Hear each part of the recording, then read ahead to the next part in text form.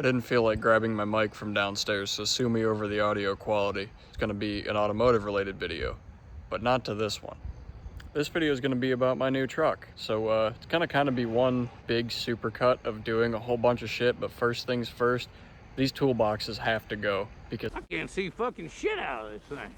So in this video, we will be doing a pretty wide variety of things, so we'll get into what those things are when I get to them. But first, we're going to start off checking the air filter to see if I need to replace it or not. I can tell this is going to need replaced. Oh, yeah. Look at that. A little crusty. Rule of thumb with air filters, if you see daylight through them, they're good, but I can't see shit through this. Definitely getting a new one. While I'm in here this morning, before I go to the parts store to pick up some stuff, my dome lights don't work, so let's figure that out. Okay, so I popped the cover off and they turned on. Fixed it for free.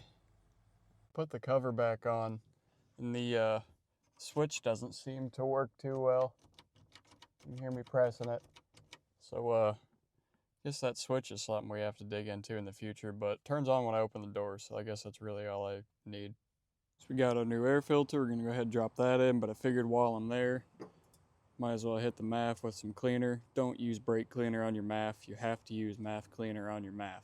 Which brings me to my next point. I'm cleaning the throttle body. Did I get throttle body cleaner? Fuck no, I got brake fluid. You can use brake fluid on a throttle body. Just cannot use brake fluid on a MAF. So let's get into that. Yes, I know you said you can't use brake fluid on a MAF, which is still technically correct, but you know what I mean. To get your MAF off, you're gonna pull this little gray tab back, push down on this one, and pull off. Don't force it. These are very sensitive elements, so you don't want to break it. And the same thing with your throttle body here. Pull this tab back, press on the black tab, it pulls off. Forgot to put my mic on, so my bad, but new air filters in, clean the MAF out, just kind of hit everywhere delicately. Got all these bars and stuff, all the resistors between them, just everywhere in this housing. Like, realistically, did it need it? Probably not. Is it a good idea to do while I'm in here? Definitely. So I'm going to let this dry entirely before I reinstall it. We're going to move on to the throttle. So the first part of getting your throttle body cleaned is take off the engine cover. It's one 8mm nut, and it just lifts up and hinges off, sitting right there. But now I'm going to go ahead and get this off. With this unplugged, we are safe. Do not do this with it plugged in, because these are gear reduction motors, and if you get your fingers in the wrong spot, you will no longer have a finger, even though it's only a throttle body. So make sure it's de-energized. We're going to pull it all apart. Just a little 8mm hose clamp here, put that on the gun and zipped it off. Wiggled a little bit. I'm not taking this radiator hose support off just because I don't want to, because I got plenty of room to get in there. But I mean, throttle body looks pretty clean, but it's still got a little bit of crust on it. I doubt that's really doing anything, but I'm here with nothing better to do today, so we'll get this off and get her cleaned up. We got our intake tube off. I'm not going to pull the throttle body off, because if you look, there's a couple lines under there, and those lines are coolant lines, and I don't feel like showering myself, my driveway, or anything in coolant, so we're just going to kind of work from right here. So you want to grab yourself a clean rag, and by clean, I mean no like solid particles. Stains are fine, that doesn't matter, but nothing that can physically fall into the intake. So we're going to go ahead, we're going to hit that with some brake cleaner, we're going to wipe it all off, and then we're going to reassemble and give her a test fire. Not too sure how much of a difference that'll make, but you can see it's a decent bit cleaner in there. Got the actual blade got in there behind the throttle. But yeah, we got some more dirt on our rag than we started with, so why not? I'm sure it's never been done. Also, probably didn't need it, just like the MAF, but while I'm here. So everything's all reinstalled. I'm gonna wait a minute to start it, because if you know anything about shit boxes, brake cleaner is a great starting fluid, and I don't want all that brake fluid to burn in here. Or brake clean, sorry. Also had a burnt out taillight. It's just 2 screws, the whole thing comes out. Pull the old bulb out. This is the new one. Super, super simple to do. Now moving on to our next item. The blower motor is kind of fucky. So let's turn this on. So we got nothing, nothing, nothing, nothing, nothing, and full. So that means this little guy is roasted. So I got the new part right here. It's, I don't know, 30 bucks from AutoZone. They're pretty common, pretty easy to come by. And this guy is your plug. It's got another one of those locking tabs, so to pull the old one off, have to pull this back and then push down, but obviously this one's already pulled back. Yeah, let me grab some tools. It's just 2 bolts and a connector, and it should drop right out. It's located under here. I don't know what the hell this is, but I mean, it seems to work, so I'm just gonna reuse this connector, but I'll probably end up changing this to butt splices, because you should never use wire nuts on a car. So moving on down here, you're gonna have to take this guy off. It's kinda pull back, pull down, wiggle, that's off. I seriously don't know what the hell's going on here.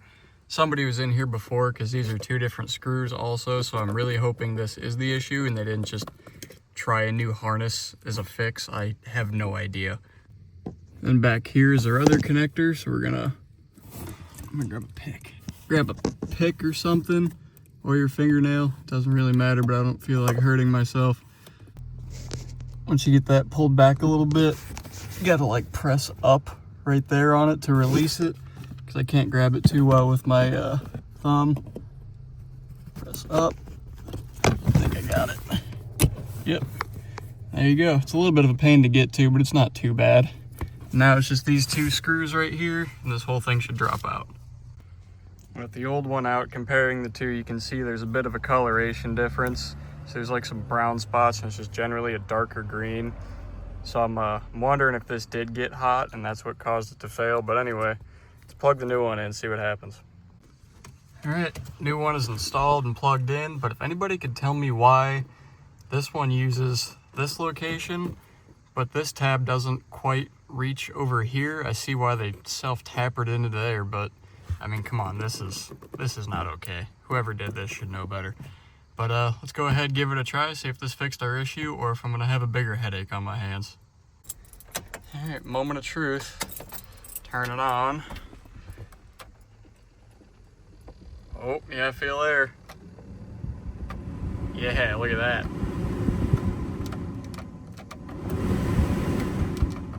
All right, that fixed it.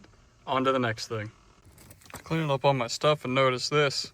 I've never seen a Duralast part come with step-by-step instructions. So I guess if you're watching to this point, just go buy the part and go off this. I don't know why you're watching an idiot like me do this stuff. Next up on our list is just a simple oil change. And I use this stuff in everything. It's in that car, it's in that car, it's gonna be in this truck, it's in my lawnmower. This stuff is great, can't recommend it enough. A new filter and this guy, so I don't have to make a huge mess draining all the oil. I'll show you. This is one of my favorite tools. So I just got home a couple minutes ago. I like to do oil changes with the engine hot, because with the engine being hot, it allows the oil to flow better, especially for using an extractor. I'll show you this guy. Take this little tube, stick it down your dipstick tube. There we go. Stuff it all the way down there. If this one will even fit, I gotta reposition my extractor here. Gonna stuff this guy down there till it stops, and that should be, I hope that's hitting the bottom of the pan. But once it stops, just give this guy, I got the fancy one, you can hook it up to air, but that's just loud. You give it a couple pumps. After a couple pumps, nothing's coming out. This hose is too big and I don't have a smaller one, so gotta do it the old-fashioned way. What I do though, before I have to drain oil, you know, the fucking caveman way, pull the oil cap off just so it flows a little better. So there's no suction trying to fight against itself. That's gonna start splashing everywhere. So pull that off, I'm gonna get under the truck, I'm gonna drain the oil. Might wait a minute for the filter though, because that's gonna be scorching hot. So we're here under the truck. Here's our oil pan. Oil filter's right there. It is a 13mm socket. So I'm gonna go ahead, crack this loose, drain the oil, and we'll go from there. A little bit of cardboard under your drain pan also never hurt no one either, even though it's not really that big of a piece, so hopefully I don't miss. So upon further review after draining the oil, I missed, but that's what the cardboard's for. We're good under here, but I'm gonna give it a minute for the oil filter because I only burned myself like 6 times on the exhaust, and I don't want to burn my hand on the filter either, so we're gonna let that marinate. I got impatient again. I'm not waiting for that filter to cool off, so we got ourselves a bitch mitten and a strap wrench for this filter. So I'm gonna go ahead and get that off, and we'll pre-fill the new one. Hot topic if you pre-fill or not. I pre-fill them just because I don't like no oil pressure starts, or at least as much as I can avoid it. So yeah, fill that guy up, then throw her on after I get the old one off. Alright, old filter's off. I'm letting it sit under the truck and drain out a little bit, just because, I don't know, I don't feel like making a mess when I don't have to. But always check on your old filter, make sure the O-ring comes off. That one did, so we're good. Go ahead, fill this guy up. We're gonna crawl under there, throw this guy on there. We'll be good to go.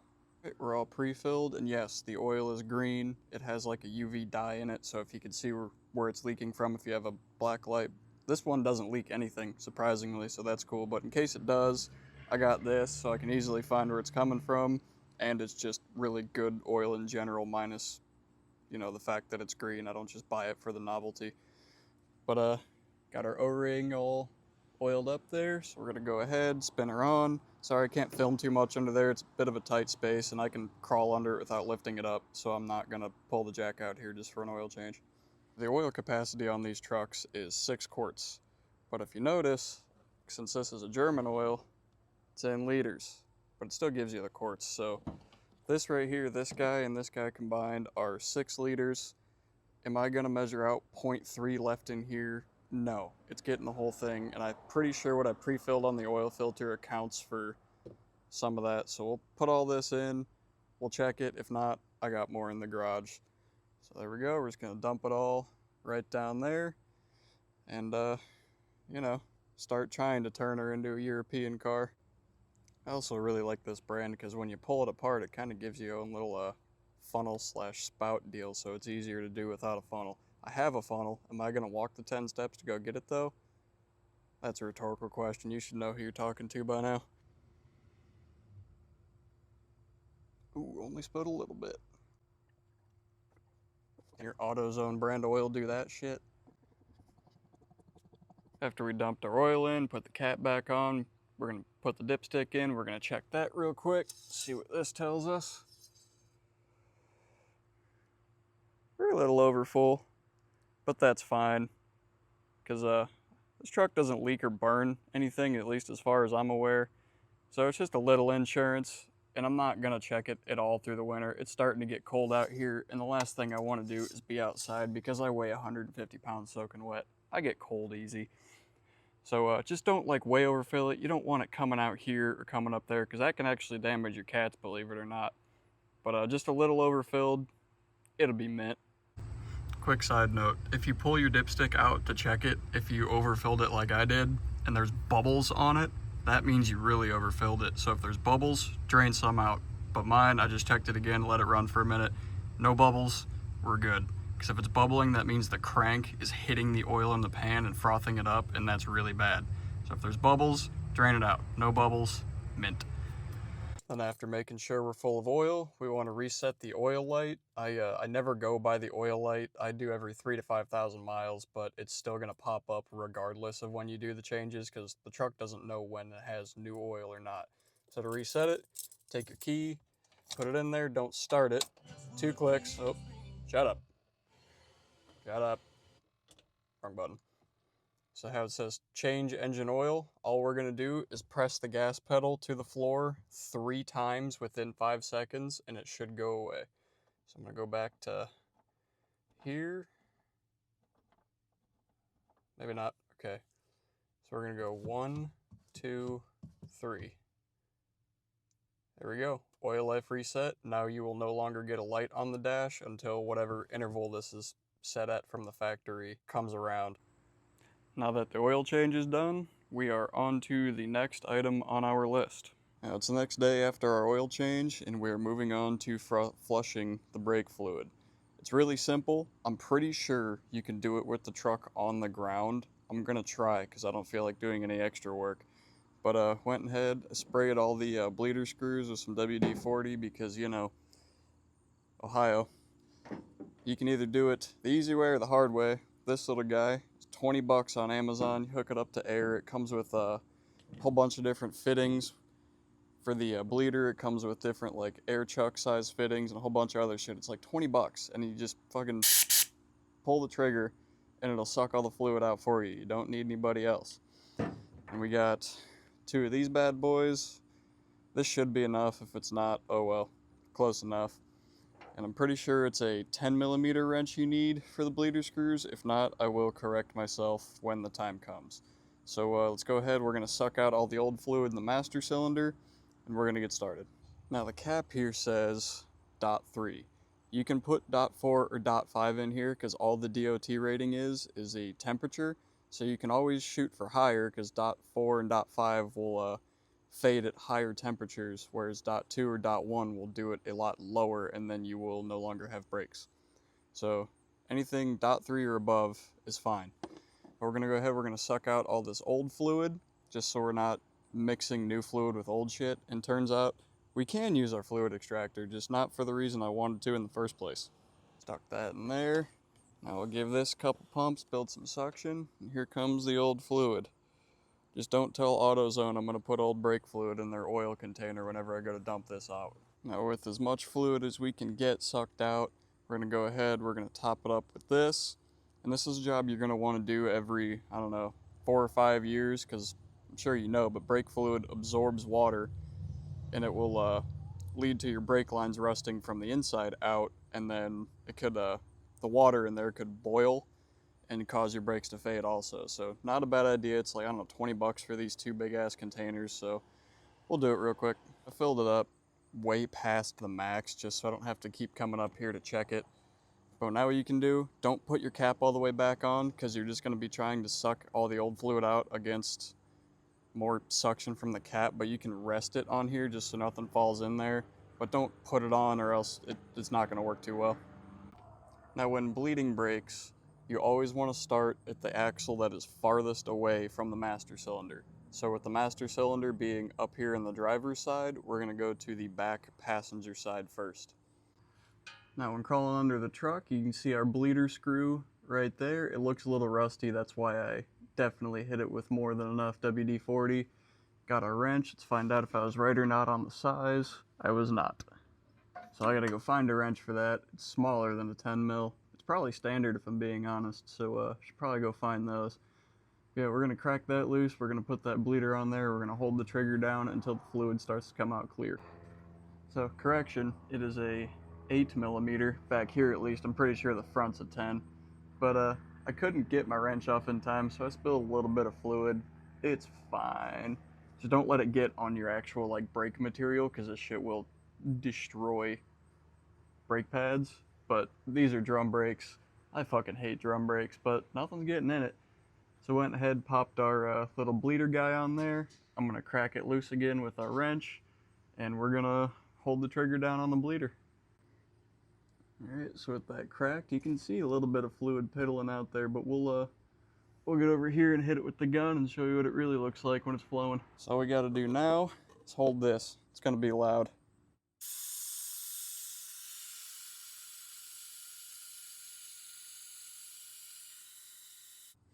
You just want to keep holding that down until you start to see the fluid come out nice and clear like this. This is our new fluid. It didn't really take too long, so I'm honestly wondering if this has been done recently, but this is what you want it to look like, not that brown murky shit. Every once in a while, come over here and look at your fluid reservoir. See, we barely sucked out any, so it leads me to believe that this was done more recently than not, but I'm still gonna do all sides just for peace of mind. But yeah, just every once in a while, come over here, check it, top it up so you don't run it dry and introduce more air into the system, because then you just gotta re-bleed them all. Alright, now that our fluid's coming out nice, clean, and bubble-free, I'm gonna go ahead, I'm gonna turn that wrench, I'm gonna close the bleeder, we're gonna pull the tool off, and we're gonna move over to the next side, which the rears are identical, so I'm just gonna go ahead and do that, and then we'll move on to the fronts, and I'll show you that. Alright, so on the front brakes, bleeder screws right here. This one is a 10mm. Pull that off, do the same thing as you did on the rears. So both front bleeder screws had different plans. They both stripped out, so that's fun. But the fluid was clear enough when I sucked out the fluid out of the rears that I'm honestly fine with just leaving it. Probably shouldn't, but I'm not going to turn a 10-minute job into a 4-hour job. So that's how you do it. All right, now on to the next order of business. If you notice, I take my key and put it in, engine off. See, not starting it. I don't have 80 psi of oil pressure with the engine not even running. Now that could be one of two things. One, it could be the gauge cluster itself is bad because those are known to fail. But as you notice, the needle still sweeps from 0 to 80, 80 to 0. So I'm pretty sure the cluster's okay. What it leads me to believe it is this guy. It's an oil pressure sensor. So when I first got the truck, I read the codes, and there was a code for oil pressure sensor circuit high, and obviously you see the needle move and it just stays at 80, truck running or not. So we'll go ahead and put this in. It's not that bad. It's kind of a pain to get to, but it's maybe 10-15 minute job, and I'll show you all we need. So we'll pop the hood and I'll show you where it is. With the engine cold, good luck doing this on a hot engine. You're gonna burn yourself. You'll need a 1 1/16 socket. Where is it? Yep, 1 1/16, and it helps put a little bit of electrical tape on the inside here just to hold the sensor in there when you go to drop it down, because it's behind the intake. You're gonna need, at least in my case, a 1/2 inch to 3/8 adapter. Wouldn't hurt to have a swivel, a couple extensions, and a ratchet. So we gotta climb up in here, and I'll show you where it's at behind there. So you see that red wire? It's the sensor right next to it. It is this guy right here. So it's kind of rough to get to considering it's all the way back there, but that's what the swivels and the extensions are for. So I can reach my hand back there, pull the connector off, and then we'll throw the socket and the extensions down, see if we can get her out of there. I ditched the long extension, but you can see my current setup. Got see the top of the socket, adapter, swivel. I think it's an 8-inch extension, and then my ratchet. It's in there pretty tight, at least in my case it was, but I was able to break it loose with the 3/8 ratchet, so it's broken loose. I'm gonna go ahead and take it out. Here's why we put the tape on there, so we go to put the new one in, it isn't gonna fall out. But here's our old sensor. I'm gonna go ahead and get out of the socket, and there's like an oil screen in there I'm gonna try and get out. The new sensor comes with a new screen. Don't put it back in. It's just going to clog up, and that's probably what caused this one to fail in the first place. So I'm just going to leave that screen out. You can see the hole where it came out of. Apparently there's no screen in there, so somebody's already done this once. Cool, saves me some time. Here's our new sensor loaded in our socket, and it's got like this double crush washer setup, and they're not separate washers, they're one piece. And it came like that, so I'm gonna put it in like this. I know it looked weird to me too, but go ahead, drop her in like that. New one's in there and plugged in. So now all that's left is to go and see what the gauge says. You don't need to kill it with like 100 foot-pounds. Just give it your best estimate of around 15 to 20. But yeah, we're gonna go see what the gauge says with the engine off and the engine on. Moment of truth. Let's see if we're still reading 80 psi at 0 RPM. Ooh, that's a good sign. Let's go ahead and start her up. Now that seems a lot more correct than 80. So I'm gonna let it run for a minute. I'm gonna check, make sure there's no oil leaks, and then this part will be done. So it's probably been, I don't know, about a year since I recorded that last clip, but it's been cold. I don't do well in the cold like I think I said back then, but I'm gonna do something on this today. Now there was plans to do like a bunch more shit, but this video has taken me long enough to even do anything. So I'm gonna do this last thing real quick, and then whatever else I do in the future, I might make a video if it's not stupid. So let's do it. So we're gonna be doing both air conditioning and serpentine belts, and they're real easy. All you need is like a 3/8 ratchet, probably an extension, and a 15mm socket. There, you see it better so you know I'm not lying to you. It's a 15. So we're gonna be doing this for a couple reasons, which we'll start it up and I'll show you. But one, it has an annoying squeak, and two, the belts are very cracked and old. And I swear to God, if the AC belt breaks when I'm on my way home from work and it's in the middle of the summer, I'm just going to crash into a pole. Let's get a little quick before and after here.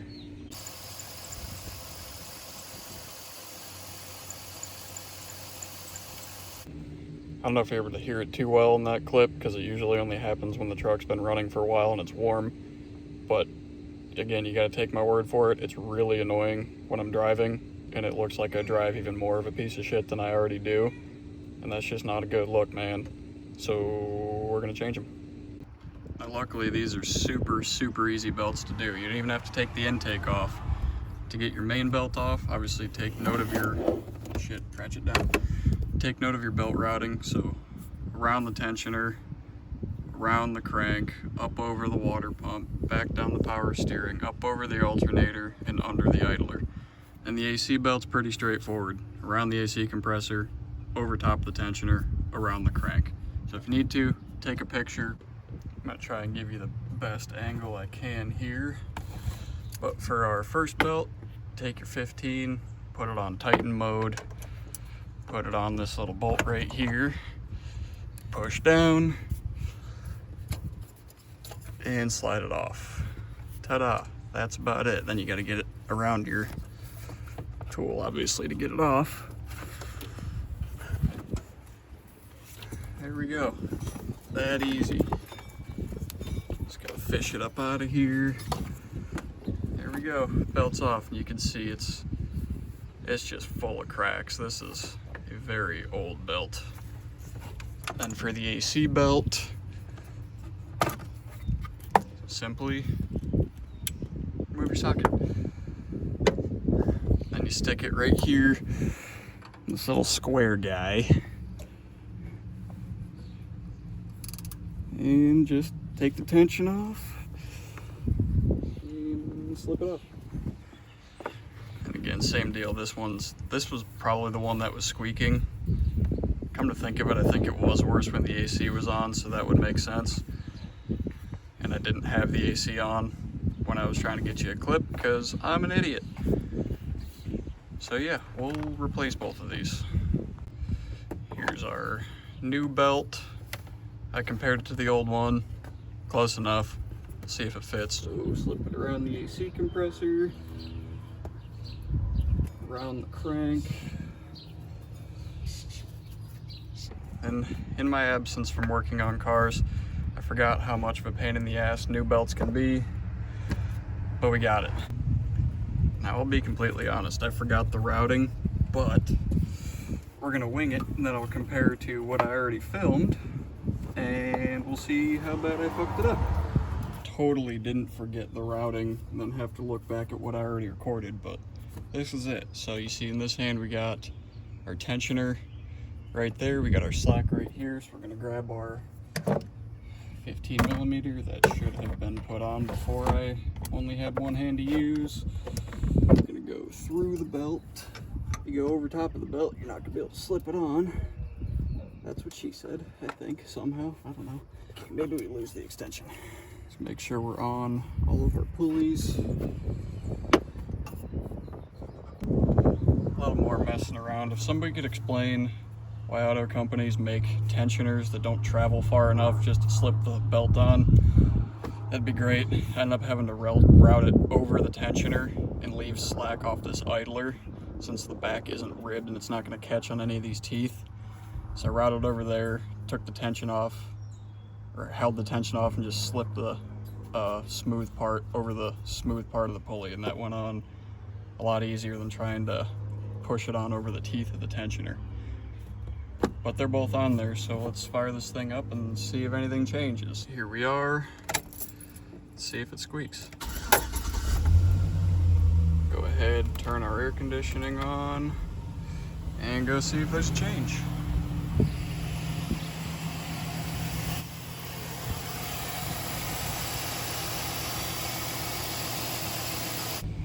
Sitting in the truck right now with the air conditioning on, no more squeaks. You want to look, make sure you have your battery voltage, and obviously you're not overheating, so that means you got it around your water pump and your alternator the right way. So all good here. So I think that's the end of this little video, even though it's like over a year in the making, but we'll be back with some more Audi content or something soon.